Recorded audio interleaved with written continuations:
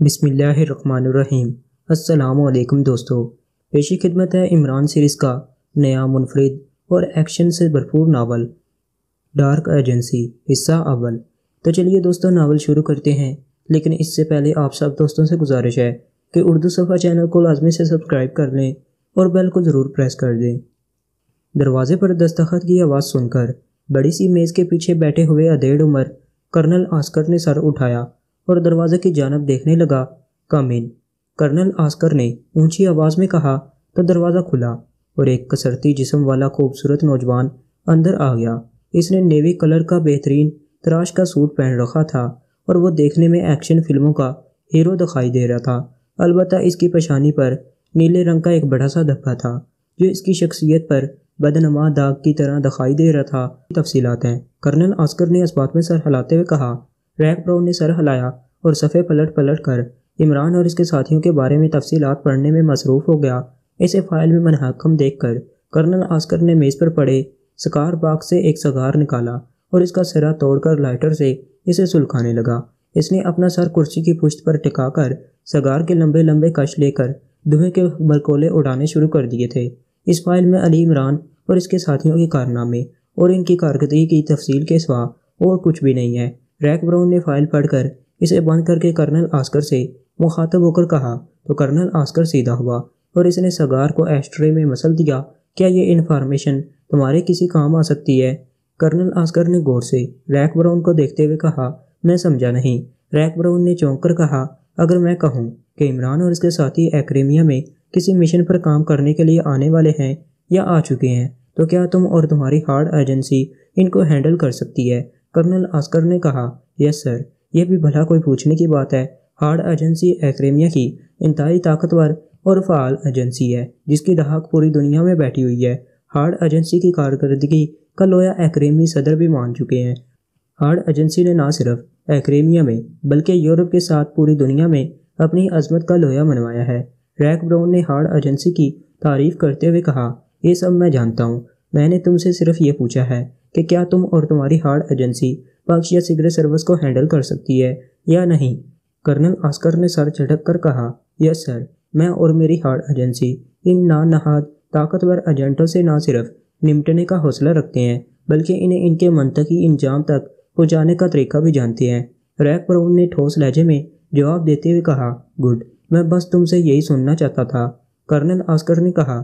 اس نے ایک بار پھر میز کی دراز کھولی اور اس میں سے ایک اور فائل نکال لی۔ یہ فائل پہلی فائل سے خاصی ضخیم تھی۔ اس نے فائل ریک براؤن کی طرف بڑھا دی۔ فائل پر ٹاپ سیکرٹ لکھا ہوا تھا۔ ٹاپ سیکرٹ، ریک براؤن نے کہا اور اس نے فائل لے کر اپنے سامنے میز پر رکھ دی۔ ہاں، اس فائل میں ایکریمی دفاع کا ایک اہم راز ہے۔ میں تمہیں اس کی تفصیلات بتا دیتا ہوں، باقی معلومات تم فائل پڑھ کر خود حاصل کر لینا۔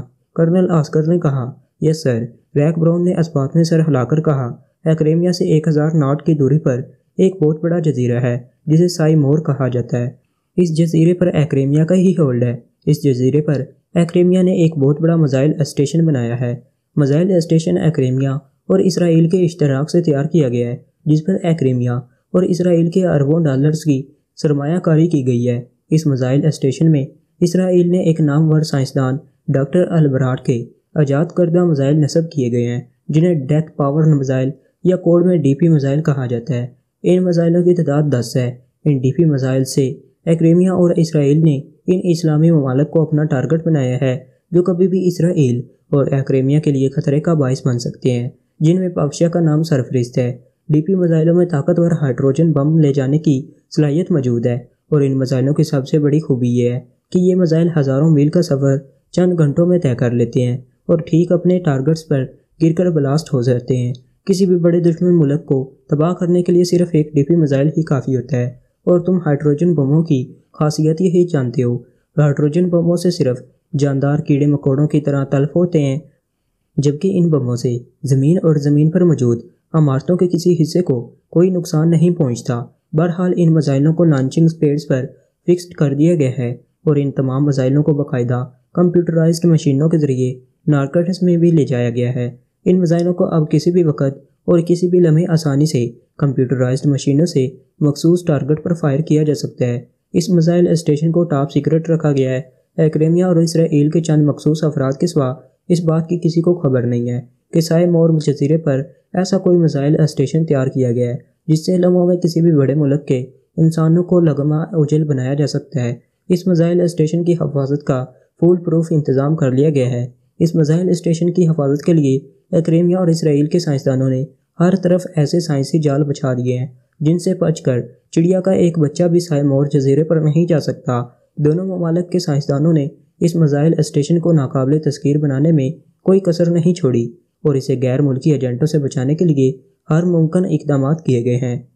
ان تمام حفاظتی اقدامات سے دونوں ممالک مطمئن ہیں، لیکن اس قدر حفاظتی اقدام کے باوجود اسرائیلی حکام کو اس بات کا شک ہے کہ ڈی پی میزائل اسٹیشن غیر محفوظ ہے۔ اسرائیلی حکام کا کہنا ہے کہ اگر پاکستان سیکرٹ سروس نے اس میزائل اسٹیشن کو تباہ کرنے کے لیے پیش قدمی کی تو ایکریمی ایجنسیاں ان کا راستہ نہیں روک سکیں گی، اور نہ ہی ملٹری انٹیلیجنس میں اتنا دم ہے کہ وہ عمران اور اس کے ساتھیوں کا سامنا کر سکیں۔ یہاں میں تمہیں یہ بتاتا چلوں کہ ڈی پی میزائل اسٹیشن کی بیرونی حفاظت کی ذمہ داری ایکریمی ملٹری انٹیلیجنس نے سنبھال رکھی ہے۔ اسرائیلی حکام ڈی پی میزائل اسٹیشن کی بیرونی حفاظت کی ذمہ داری بھی اپنے ہاتھوں میں لینا چاہتے ہیں، جو ایکریمی حکام کو کسی طور پر بھی منظور نہیں ہے۔ اس سلسلے میں ایکریمی اور اسرائیلی حکام میں کئی مذاکرات ہوئے، بالآخر دونوں ممالک کے خصوصی نمائندوں نے طے کیا ہے کہ ڈی پی میزائل اسٹیشن کی ذمہ داری اگر ایک بڑی اور پاورفل ایجنسی کو دے دی جائے تو وہ اس اسٹیشن کی نہ صرف حفاظت بخوبی کر سکتی ہے بلکہ وقت آنے پر عمران اور اس کے ساتھیوں جیسے فارن ایجنٹس کے سامنے بھی سیسا پلائی ہوئی دیوار بن سکتی ہے۔ تو مائی ڈیئر، اس لمبی چوڑی تمہید کا مقصد تمہیں بنیادی باتوں کا سمجھانا تھا۔ یہ فیصلہ چونکہ دو ممالک کے حکام نے کیا ہے، اس لیے میں چاہتا ہوں کہ تم ان کے معیار اور ان کے فیصلے کو مقدم سمجھتے ہوئے اپنی اور اپنی ایجنسی کی تمام تر توانائی ڈی پی میزائل اسٹیشن کے لیے وقف کر دو۔ ڈی پی میزائل اسٹیشن کو دشمنوں سے بچانے کے لیے ایسے انتظامات کرو کہ دنیا کا بڑے سے بڑا ایجنٹ جزیرہ مسائی مور کی طرف آنکھ اٹھا کر بھی نہ دیکھ سکے۔ میں ایکریمیا کی تمام سرکاری اور نیم سرکاری ایجنسیوں کا چیف ہونے کے ناطے تم سے امید کرتا ہوں کہ تم میری اسرائیلی اور ایکریمی حکام کی امیدوں پر پورا اترنے کے لیے اپنے مضبوط اور ٹھوس ارادوں کے ساتھ سامنے آؤ اور ثابت کرو کہ تم اور تمہاری ہارڈ ایجنسی ہی وہ پاور ہے جو عمران اور اس کے ساتھیوں کے فولادی ارادوں کو توڑ سکتی ہے۔ کرنل آسکر یہ سب کہہ کر خاموش ہو گیا۔ میں آپ کا، اسرائیل اور ایکریمی حکومت کا مشکور ہوں سر، جو آپ نے اور ان دونوں ممالک کے حکام نے مجھے اس ذمہ داریوں کے قابل سمجھا اور اتنی بڑی ذمہ داری سے مجھے اور میری ایجنسی کو نوازا ہے۔ آپ نے اور دونوں ممالک کے حکام نے ہم پر جو اعتماد کیا ہے، ہم اس اعتماد کو کبھی پامال نہیں ہونے دیں گے، اور میں آپ کو یقین دلاتا ہوں کہ hard agency D P missile station کی حفاظت کے لیے اپنی جانیں لڑا دیں گی۔ اگر جزیرہ سائے مور کی طرف عمران اور اس کے ساتھیوں نے آنکھ اٹھا کر بھی دیکھنے کی کوشش کی تو ہارڈ ایجنسی ان کی آنکھیں نکال دے گی، اور اگر ان کے ہاتھ اور پاؤں ڈی پی میزائل اسٹیشن کی طرف بڑھے تو ہم ان کے وہ ہاتھ اور پاؤں کاٹ دیں گے۔ ڈی پی میزائل اسٹیشن میں ہماری اجازت کے بغیر ایک معمولی مکھی بھی داخل نہ ہو سکے گی، اس کا میں آپ کو یقین دلاتا ہوں۔ ریک براؤن نے ٹھوس لہجے میں کہا۔ اس کے لہجے میں بے پناہ جوش اور خوشی کی آمیزش تھی کہ دو ممالک کے اعلیٰ حکام نے خاص طور پر اس کی ایجنسی کو اتنی بڑی ذمہ داری کا دینے کا فیصلہ کیا تھا جو اس کے لیے بڑے اعزاز سے کم نہ تھا۔ گڈ، میں بھی یہی چاہتا ہوں، کرنل آسکر نے مسکراتے ہوئے کہا۔ آپ فکر نہ کریں سر، عمران اور اس کے ساتھیوں نے اگر ایکریمیا میں آنے کی کوشش کی تو ان کا استقبال ہر قدم پر موت کرے گی، یقینی اور خوفناک موت۔ ریک براؤن نے ٹھوس لہجے میں کہا۔ ایسا ہی ہونا چاہیے، کرنل آسکر نے کہا۔ سر، میں آپ سے چند باتیں پوچھنا چاہتا ہوں۔ چند لمحے خاموش رہنے کے بعد ریک براؤن نے کرنل آسکر سے مخاطب ہو کر کہا۔ پوچھو، کیا پوچھنا ہے تمہیں؟ کرنل آسکر نے اس بات میں سر ہلا کر کہا۔ سب سے پہلے تو میں آپ سے یہ پوچھنا چاہتا ہوں کہ ڈی پی میزائل اسٹیشن کو سائے مور جزیرے پر کیوں بنایا گیا ہے؟ کیا اس کے لیے کوئی اور اسپاٹ میسر نہیں تھا؟ ریک براؤن نے کہا۔ اس کی دو وجوہات ہیں۔ ایک تو یہ کہ سائے مور جزیرہ ایکریمیا سے 1000 ناٹ کے فاصلے پر ہے جہاں انسانی آبادی موجود نہیں ہے۔ اس جزیرے کے ارد گرد ہزاروں ناٹس تک دوسرا کوئی جزیرہ نہیں ہے۔ اگر جزیرہ سائے مور پر کوئی حادثہ رونما ہو جاتا ہے تو اس کے اثرات انسانی آبادیوں تک نہیں پہنچ سکتے۔ اس کے علاوہ ایکریمیا اور اسرائیل اس جزیرے پر دو اطراف سے ڈائریکٹ پہنچ سکتے ہیں۔ اس کے لیے دو مین وے بنائے گئے ہیں۔ ایک وے ایکریمیا سے جزیرہ سائے مور کی طرف جاتا ہے اور دوسرا وے اسرائیل سے اس طرف آتا ہے۔ ان دو مخصوص راستوں کے سوا جزیرہ سائے مور تک پہنچنے کے تمام راستے سیل کر دیے گئے ہیں۔ دوسری اہم وجہ یہ ہے کہ ایکریمیا اور اسرائیل نے جن 10 اسلامی ممالک کو ٹارگٹس بنایا ہے وہ دوسرے اسپاٹ کی بنسبت اس سپار سے نزدیک پڑتے ہیں۔ سائمور جزیرے سے ان ٹارگٹس کو آسانی سے اور حتمی طور پر ہٹ کیا جا سکتا ہے۔ کرنل آسکر نے جواب دیتے ہوئے کہا، ٹھیک ہے سر، میں یہ تو سمجھ گیا ہوں کہ جزیرہ سائمور کو مین اسپاٹ کیوں بنایا گیا ہے۔ اپنے ٹارگٹ میں فکسڈ نہیں کر سکتے، لیکن ان رولز کی پابندی کو کوئی نہیں کرتا۔ ہماری اطلاعات کے تحت جن ممالک نے بھی اپنے حریف ممالک کو اپنے ٹارگٹس میں لے رکھا ہے، ان کے میزائل ہر طرح کے ایٹمی مواد سے لیس ہیں، لیکن سپر پاور سمیت ایسا کوئی ملک نہیں ہے جس نے ہائیڈروجن بموں سے لیس میزائلوں سے کسی ملک کو اپنا ٹارگٹ بنایا ہو، اور نہ ہی ایسا کیا جا سکتا ہے۔ ہائیڈروجن بموں سے لیس میزائلوں کو بھی کمپیوٹرائزڈ لانچر سے فائر کیا جاتا ہے، مگر ان لانچر کی بناوٹ اور ان کی تکنیک ایٹمی مواد لے جانے والے میزائلوں سے مختلف ہوتی ہے۔ اسی طرح ان میزائلوں کی بناوٹ بھی دوسرے میزائلوں سے الگ ہوتی ہے۔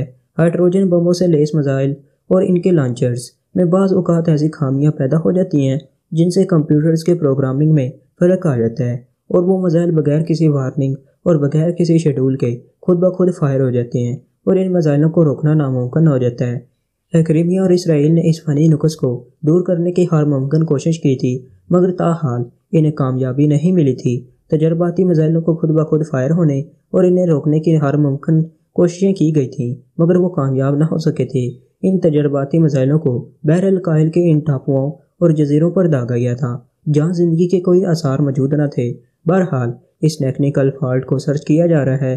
یہی وجہ ہے کہ عالمی برادری نے متفقہ طور پر یہ فیصلہ کیا تھا کہ ہائیڈروجن میزائل ایڈجسٹ تو کیے جا سکتے ہیں، لیکن ان میں وار ہیڈ نہ لگائے جائیں، تاکہ وہ میزائل اگر خود بخود اپنے ٹارگٹس پر فائر ہو بھی جائیں تو ان سے کسی قسم کا کوئی نقصان نہ ہو۔ کرنل آسکر نے کہا، یہ تو عام سی باتیں ہیں، اس میں اہم بات کیا ہے؟ ریک براؤن نے حیران ہوتے ہوئے کہا، اہم بات یہ ہے کہ ٹی پی میزائل اسٹیشن پر جو 10 میزائل ایڈجسٹ کیے گئے ہیں، ان میں 9 میں تو وار ہیڈ موجود نہیں ہے، لیکن ایک میزائل ایسا ہے جس میں نہ صرف ٹارگٹ پر ہٹ کرنے والا بلیک ہاکس موجود ہے، بلکہ اس میزائل میں ہائیڈروجن سے لیس بھاری تعداد میں وار ہیڈ موجود ہے۔ کرنل آسکر نے کہا تو ریک براؤن بے اختیار چونک پڑا۔ ایسا کیوں ہے؟ اس ایک میزائل کو وار ہیڈ سے لیس کیوں کیا گیا ہے، اور وہ میزائل کس ملک کے لیے ٹارگٹ کیا گیا ہے؟ ریک براؤن نے حیران ہو کر کہا، اس میزائل کا ٹارگٹ پاکشیا ہے۔ کرنل آسکر نے کہا تو ریک براؤن بے اختیار اچھل پڑا۔ پاکشیا؟ ریک براؤن نے حیرت زدہ لہجے میں کہا، یس، اسرائیل نے پاکشیا کی طرف جس میزائل کو ایڈجسٹ کیا ہے، اس نے اس میزائل کو خاص طور پر وار ہیڈ سے لیس کر دیا ہے۔ اسرائیل کو اگر پوری دنیا میں کسی سے خطرہ ہے تو وہ پاکشیا ہی ہے، جو خاص طور پر یہودیوں سے بے پناہ نفرت کرتے ہیں۔ اور تم یہ کیوں بولتے ہو کہ عمران اور اس کے ساتھی جو پاکشیا سیکرٹ سروس کے ممبران ہیں، انہوں نے اسرائیل کو کس قدر نقصان پہنچائے ہیں؟ اسرائیل کا بس نہیں چلتا، ورنہ وہ کب کا پاکشیا کو صفحہ ہستی سے مٹا چکا ہوتا۔ بہرحال اسرائیل اور کریمیا نے پاکشیا کو ایٹمی ٹیکنالوجی میں دن بدن جدید سے جدید ترقی کرتے دیکھ کر ریڈ مارک کر لیا ہے، اور ان کا فیصلہ ہے کہ اس سے پہلے کہ پاکشیا کسی بھی طرح سپر پاورز کے برابر آنے کی کوشش کرے، اسے ہمیشہ کے لیے ختم کر دیا جائے۔ پاکشیا جیسا ملک جب تباہ ہوگا تو دنیا کے تمام اسلامی ممالک کی کمر ہمیشہ کے لیے ٹوٹ جائے گی، اور کسی میں اتنی ہمت نہیں ہوگی کہ وہ اسرائیل اور کریمیا کی طرف آنکھ اٹھا کر بھی دیکھ سکے۔ ایسی صورتحال میں پوری دنیا کو کریمیا کے ساتھ ساتھ اسرائیل کو بھی وہ حیثیت دینا پڑے گی جو کریمیا اور دوسرے سپر پاورز ممالک کو حاصل ہے۔ کرنل آسکر نے ریک براؤن کو سمجھاتے ہوئے کہا، بڑی زبردست پلاننگ ہے، لیکن یہاں پھر ایک سوال پیدا ہوتا ہے، اگر کریمیا اور اسرائیل پاکشیا کو حتمی طور پر صفحہ ہستی سے مٹانے کا فیصلہ کر چکے ہیں تو ان میزائلوں کو سٹینڈ بائی کیوں کیا گیا ہے؟ ریک براؤن نے حیران ہوتے ہوئے کہا، گڈ، یہ اچھا سوال ہے۔ کرنل آسکر نے مسکراتے ہوئے کہا، سوال اچھا ہے تو اس کا جواب بھی اچھا ہونا چاہیے۔ ریک براؤن نے جواباً مسکراتے ہوئے کہا، جس طرح کریمیا اور اسرائیل نے پاکشیا کو ٹارگٹ میں فکس کر رکھا ہے، اسی طرح پاکشیا نے بھی اپنے جدید ٹیکنالوجی سے حامل بے شمار میزائلوں سے اسرائیل کو اپنے ہدف میں لے رکھا ہے۔ ہمارے علم میں آیا ہے کہ پاکشیا کے جن میزائلوں کو اسرائیل اور دوسرے دشمن ممالک کو اہداف میں لے رکھا ہے، وہ ایسے میزائل ہیں جن کو نہ فضا میں روکا جا سکتا ہے اور نہ ہی انہیں کسی دوسرے میزائلوں سے تباہ کیا جا سکتا ہے۔ اگر ہم پاکشیا پر ہائیڈروجن میزائل داغتے تو پاکشیا کے راڈار پر فوراً اس میزائل کو مارک کر لیں گے، اور پاکشیا کی جدید کمپیوٹرائزڈ ٹیکنالوجی لمحوں میں اس میزائل کی انفارمیشن ان میزائل اسٹیشن میں پہنچا دے گی، اور ان میزائل اسٹیشنوں میں موجود میزائل آٹومیٹک انداز میں ہمارا میزائل گرانے سے پہلے فائر ہو جائیں گے۔ ایسی صورت میں پاکشیا کے میزائل اسرائیل میں آ گریں گے، اور پاکشیا تو خود ختم ہو ہی گا، لیکن اس کے ساتھ ساتھ اسرائیل کا وجود بھی ہمیشہ کے لیے ختم ہو جائے گا۔ کرنل آسکر نے کہا، یہ تو بے حد خطرناک صورتحال ہے۔ اس طرح تو پاکشا ختم ہوتے ہوتے اسرائیل کو بھی ختم کر جائے گا۔ ریک براؤن نے ہونٹ سکوڑتے ہوئے کہا، ہاں، اسی وجہ سے اب تک پاکشا پر ڈی پی میزائل فائر نہیں کیا گیا۔ کرنل آسکر نے اس بات میں سر ہلا کر کہا، لیکن سر، آپ بتا رہے ہیں کہ ڈی پی میزائلوں کے لانچرز اور کمپیوٹرائزڈ مشینوں میں ایک ٹیکنیکل فالٹ ہے جس سے ڈی پی میزائل خود بخود بھی فائر ہو سکتے ہیں۔ اگر ایسا ہوا تب بھی تو یہی خوفناک صورتحال رہے گی، یعنی پاکشا کے ساتھ اسرائیل بھی تباہ ہو جائے گا۔ ریک براؤن نے کہا، اس فالٹ کے تحت ڈی پی میزائل فوراً فائر نہیں ہوتے۔ یہ فالٹ میزائل لانچنگ کے 2 سے 3 ماہ بعد پیدا ہوتا ہے، اور تمہاری یہ بات درست ہے کہ اس صورت میں بھی صورتحال مختلف نہیں ہوگی، لیکن اس خوفناک تباہی سے بچنے کے لیے اسرائیل ایک اور منصوبے پر کام کر رہا ہے۔ اس منصوبے کے تحت اسرائیل کو محفوظ رکھنے کے لیے چند مخصوص ریزروں سے ایک آئرن کرنٹ بنایا جا رہا ہے، جسے بہت جلد پورے اسرائیل پر پھیلا دیا جائے گا۔ اس آئرن کرنٹ کی موجودگی میں دنیا کا کوئی میزائل اسرائیل میں نہیں گر سکے گا، بلکہ آئرن کرنٹ میں موجود بلیک ریزر سے وہ واپس پلٹ کر اسی ملک پر جا گرے گا جہاں سے اس میزائل کو فائر کیا گیا ہوگا۔ اور تمہاری اطلاع کے لیے یہ بھی بتا دوں کہ آئرن کرنٹ کی ریز بنانے اور اسے اسرائیل پر پھیلانے کی جس مشینری پر کام کیا جا رہا ہے وہ بھی اسی میزائل اسٹیشن یعنی سائمور میں ہے۔ اس آئرن کرنٹ کو تیار کرنے میں ایکریمی اور اسرائیلی سائنسدانوں کو چند مشکلات کا سامنا ہے، لیکن ان کا کہنا ہے کہ وہ اگلے 2 سے 3 ہفتوں میں ان مشکلات کو حل کر لیں گے، اور جیسے ہی وہ آئرن کرنٹ تیار کریں گے ڈی پی میزائل کو فوراً پاکشا پر فائر کر دیا جائے گا۔ کرنل آسکر نے تفصیل بتاتے ہوئے کہا، میں سمجھ گیا سر، اب ایک آخری بات بتا دیں۔ ریک براؤن نے سر ہلاتے ہوئے کہا، پوچھو۔ کرنل آسکر نے جواباً اس بات میں سر ہلاتے ہوئے کہا، ڈی پی میزائل اسٹیشن کو سائمور جزیرے پر بنایا گیا ہے۔ آپ کے کہنے کے مطابق اس میزائل اسٹیشن کی حفاظت کا مکمل بندوبست کیا گیا ہے، اور اس کے ساتھ ساتھ اس اسٹیشن کو ٹاپ سیکرٹ بھی رکھا گیا ہے۔ ایسی صورت میں عمران اور اس کے ساتھیوں کو اس میزائل اسٹیشن کے بارے میں کیسے علم ہو سکتا ہے؟ انہیں جب تک اس سازش کا علم ہوگا تب تک دنیا سے پاکشا کا نام و نشان تک مٹ چکا ہوگا۔ پھر اسرائیل ان سے اتنا خائف کیوں ہے کہ وہ سائمار پہنچ کر اس میزائل اسٹیشن کو تباہ کر سکتے ہیں؟ ریک براؤن نے کہا، عمران دنیا کا خطرناک، ذہین ترین اور ہزاروں آنکھیں رکھنے والا انسان ہے۔ پاکشا کے خلاف ہونے والی سازش کی بو وہ دور سے سونگھ لیتا ہے۔ اسرائیل کو خدشہ ہے کہ اگر اس سازش کی بنک عمران کو مل گئی تو وہ موت کا طوفان بن کر جزیرہ سائمور پہنچ جائے گا، اور اگر وہ جزیرہ سائمور پہنچ گیا تو اس کے ہاتھوں ڈی پی میزائل اسٹیشن کو تباہی سے بچانا مشکل ہی نہیں، ناممکن ہو جائے گا۔ کرنل آسکر نے کہا، اسرائیل عمران اور اس کے ساتھیوں سے ضرورت سے زیادہ ہی خائف ہے۔ ریک براؤن نے منہ بناتے ہوئے کہا، عمران اور اس کے ساتھیوں نے اسرائیل میں جو خوفناک کارروائیاں کی ہیں ان کے زخم آج بھی تازہ ہیں، اس لیے وہ واقعی ان سے خوفزدہ رہتے ہیں۔ کرنل آسکر نے اس بات میں سر ہلا کر کہا، ٹھیک ہے، ایکریمیا اور اسرائیل نے اس میزائل اسٹیشن کی حفاظت اب میری ایجنسی کو دے دی ہے۔ میں دیکھتا ہوں عمران اور اس کے ساتھی کس طرح اس میزائل اسٹیشن تک پہنچتے ہیں۔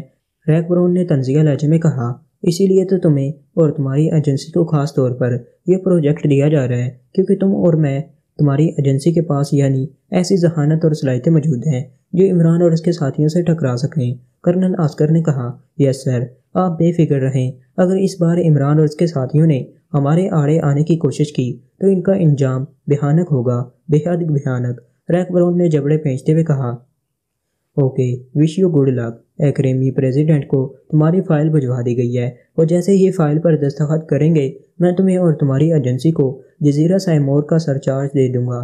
کرنل آسکر نے کہا، اوکے سر، لیکن سر آپ نے یہ تو بتایا ہی نہیں کہ جزیرہ سائمور پر موجود ایکریمی ملٹری انٹیلیجنس کا کیا ہوگا؟